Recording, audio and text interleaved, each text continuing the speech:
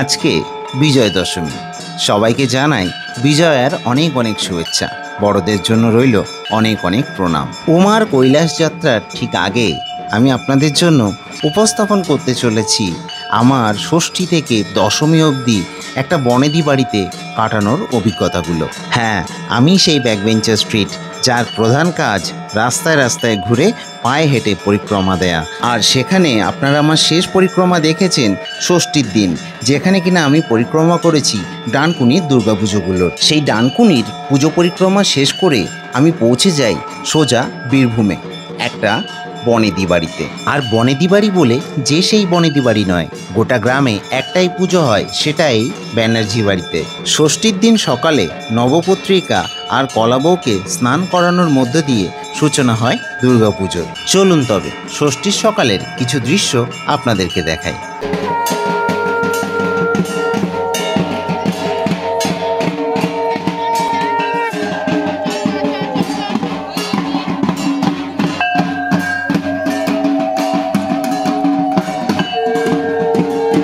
নবপত্রিকা আর কলাবউ নিয়ে যাওয়া হয় দোলা করে, অর্থাৎ পালকিতে করে।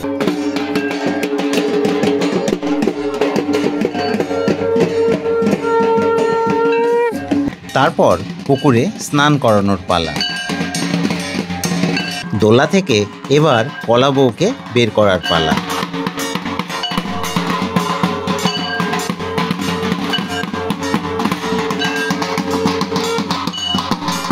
ঘরের কর্তামশাই, যাদের এবার পুজোর পালি পড়েছে, তিনি এগিয়ে চললেন পুকুরের দিকে।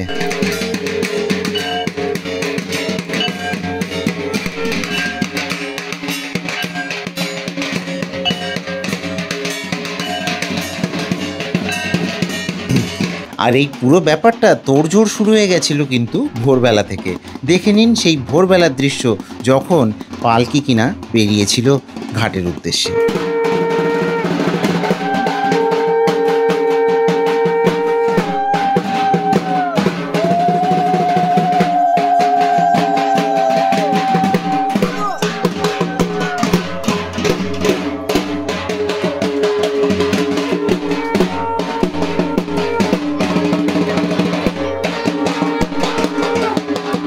যেহেতু গ্রামে একটাই পুজো, তাই বাড়ির সদস্যরা খুবই ব্যতিব্যস্ত। আর আপনাদের জন্য সেই ডানকুনির দুর্গাপুজোর পরিক্রমার ভিডিওটা বানাতে বানাতে কখন যে সন্ধে হয়ে গেছে, শুরু হয়ে গেছে সন্ধ্যা আরতি, সেটা আমার খেয়ালই ছিল না। তবে শুরু করা যাক। অনেক তো হলো কলকাতার থিমের পুজো, তো সেই কলকাতার থিমের পুজো থেকে বেরিয়ে আজকে সপ্তমীর দিন চলে এলাম একটা গ্রামে। আর সেই গ্রামের সাবেকি পুজো, যে পুজো কিনা একটা পুরো গোটা গ্রামে একটাই পুজো হয়, এবং সেই ব্যানার্জি বাড়ির পুজোতে আমি আজকে চলে এলাম বীরভূমে। তো আমার সাথে যে ভাইটা দেখতে পাচ্ছ, এদের গ্রামে কিন্তু এসছি, এদের বাড়িতে সাবেকি পুজোটা দেখাতে এসছি অ্যাকচুয়ালি। তো ব্যাপারটা হচ্ছে, তোদের এই গ্রামটার নাম কি? উত্তরডাহা গ্রাম। উত্তরডাহা গ্রাম হচ্ছে বীরভূমে দুবরাজপুর থেকে এসে। তো সেই বনেদি বাড়ির যে রীতি নিয়ম, সেই যে আচার, সেই সব কিছু আর কি দেখাবো। এই পুজোটা কতদিন ধরে আনুমানিক হচ্ছে? 24 বছর ধরে। 24 বছর ধরে এখানে এই বাড়িতে। এই বনেদি বাড়ির যে পুজোটা, যেটাতে আমি এসেছি, এই বনেদি বাড়ির পুজোর একটা বৈশিষ্ট্য রয়েছে। সেই বৈশিষ্ট্যটা কি, আমি একটু ওর থেকে জেনে নেব। এটা 2004 সালে বানের সময় এই দুর্গা প্রতিমা ভেসে এসেছিল। কোথা থেকে? এই পাশের গ্রাম ধগড়িয়া। আচ্ছা আচ্ছা, এই প্রতিমা কাঠামোটা ভেসে এসেছিল। হ্যাঁ, আচ্ছা, তারপর থেকে আর কি পুজোটা? তারপর থেকে এখান থেকে পুজোটা হয়। আচ্ছা, আর এখানে যে মানে মাতৃ প্রতিমা বিসর্জনের পর কাঠামো রেখে দেওয়া হয় না? হ্যাঁ। এরপর সন্ধ্যা আরতি দেখতে চলে গেলাম দুর্গা দালানে।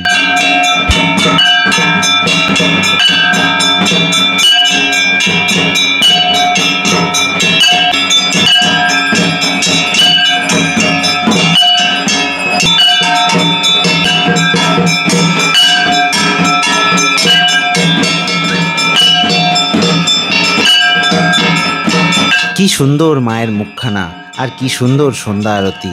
দেখতে দেখতে আর শুনতে শুনতে চোখ আর কান দুটোই যেন জুড়িয়ে যায়।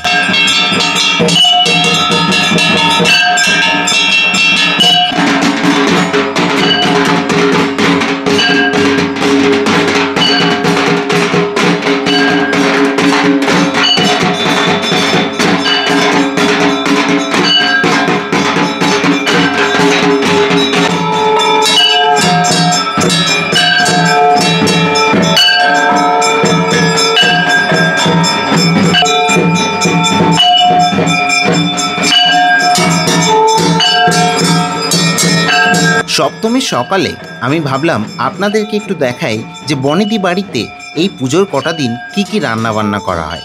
বলে রাখি, এদের বাড়িতে কিন্তু ষষ্ঠী থেকে দশমী অবধি প্রত্যেক দিনই নিরামিষের ব্যবস্থা থাকে। তার মধ্যে নবমীর দিন থাকে পাঁঠার মাংসের ব্যবস্থা। সেই উপলক্ষে নবমীর দিন নিমন্ত্রণ জানানো হয় পুরো পাড়ার লোককে এই বনেদি বাড়িতে। আর সারাদিন ধরে সকল শাস্ত্রীয় নীতি মেনে চলতে থাকে মা দুর্গার আরাধনা।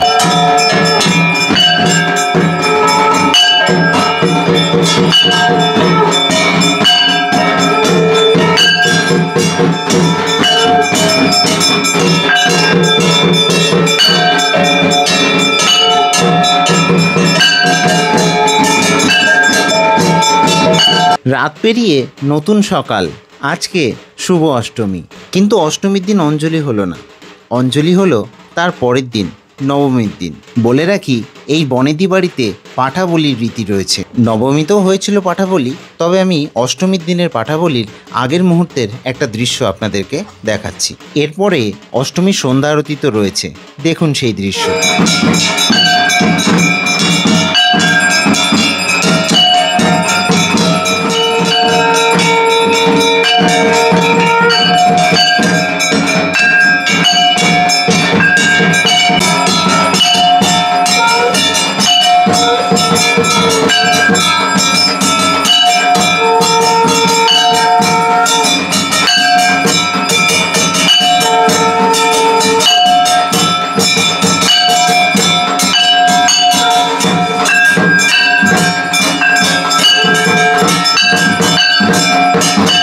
রাত পেরিয়ে আজকে নবমী, আর নবমীর দিন নতুন করে কিছু দেখাবো না। আজকে আমি আপনাদেরকে দেখাবো এই খুদেটাকে, যে খুদেটার আওয়াজ এতক্ষণ ধরে আপনারা শুনছিলেন ব্যাকগ্রাউন্ডে। সেই খুদের অসাধারণ সুন্দর নিপুণতায় ঢাক বাজানো আমি আপনাদেরকে দেখাতে চলেছি।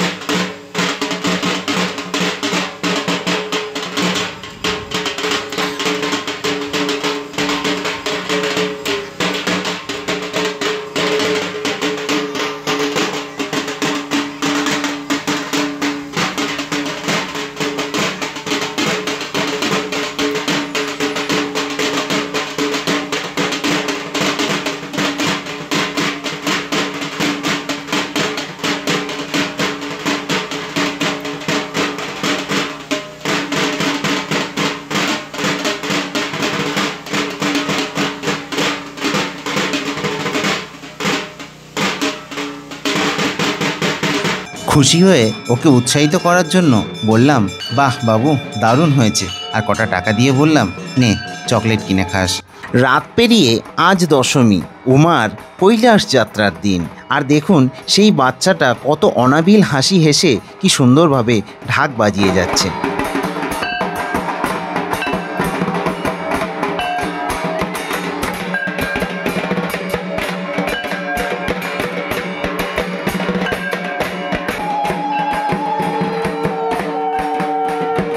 এই বনেদি বাড়ির রীতি অনুযায়ী একাদশীতে হয় মায়ের প্রতিমা নিরঞ্জন, আর দশমী অর্থাৎ আজকে হবে নবপত্রিকা, ঘট এবং কলাবউয়ের নিরঞ্জন।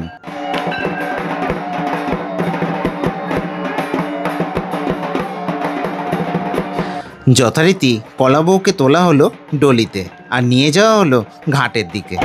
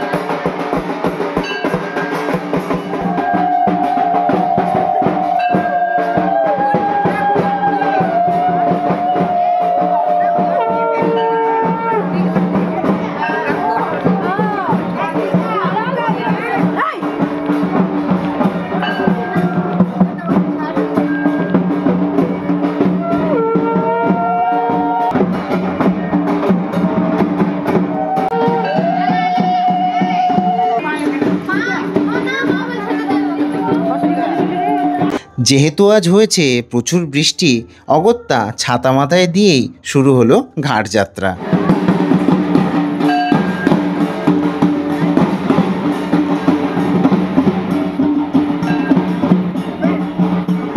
এবার একে একে ঘট আর কলাবউয়ের নিরঞ্জন পালা শুরু হলো।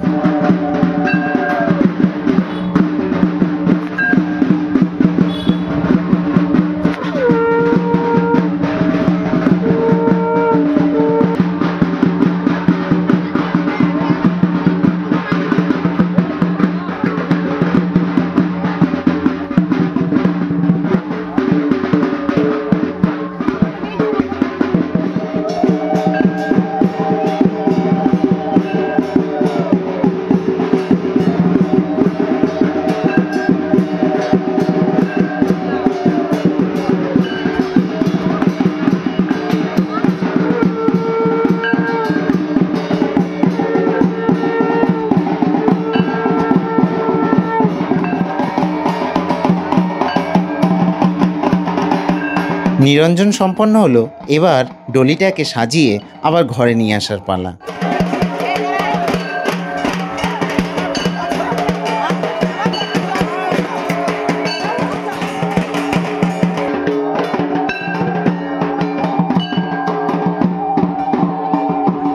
এই বনেদি বাড়ির একটা অন্যতম নিয়ম এবার আপনাদেরকে বলি। যারা নিরঞ্জনে গেছে তারা যখন বাড়ির পথে ফেরে, আসার সময় জেলেদের দ্বারা ধরে রাখা এই মাছগুলোকে দেখে তারপর বাড়ি ফিরতে হয়। এবং যারা যারা অংশগ্রহণ করেছিলেন এই কলাবউ নিরঞ্জন পর্বে, সকলেই কিন্তু মাছ দেখে তবেই ঘরের উদ্দেশ্যে যাচ্ছেন।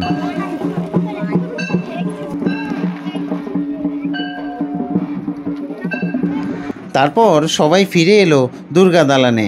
আশা করছি আপনাদের এই বনেদি বাড়ির ভিডিওটা খুবই ভালো লেগে থাকবে, যেখানে এই 5টা দিন পুরো গ্রামটা মেতে থাকে মা দুর্গাকে নিয়ে, আর যেখানে কোনো থিম নেই, যেখানে শুধু রয়েছে ভক্তি। সবাইকে জানাই শুভ বিজয়ার অনেক অনেক শুভেচ্ছা। সবাই ভালো থাকবেন, সুস্থ থাকবেন।